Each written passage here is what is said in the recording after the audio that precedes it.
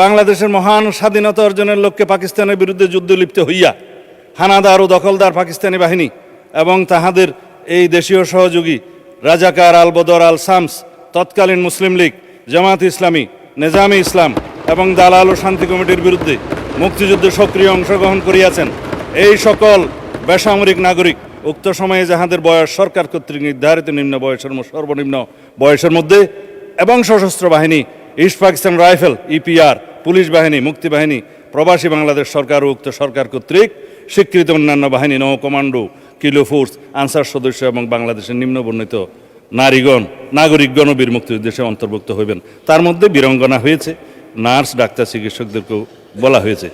এটার নাম হচ্ছে বীর মুক্তিযোদ্ধার ডেফিনিশন। ইতিহাস সাব্যস্ত হয়ে গিয়েছে, সম্মত হয়েছে, এটা নিয়ে যেন আর কখনো বিতর্ক আমরা না করি জাতীয়ভাবে, এই অনুরোধ থাকলো। বিভক্তি আর চায় না, স্বীকৃত দলিল।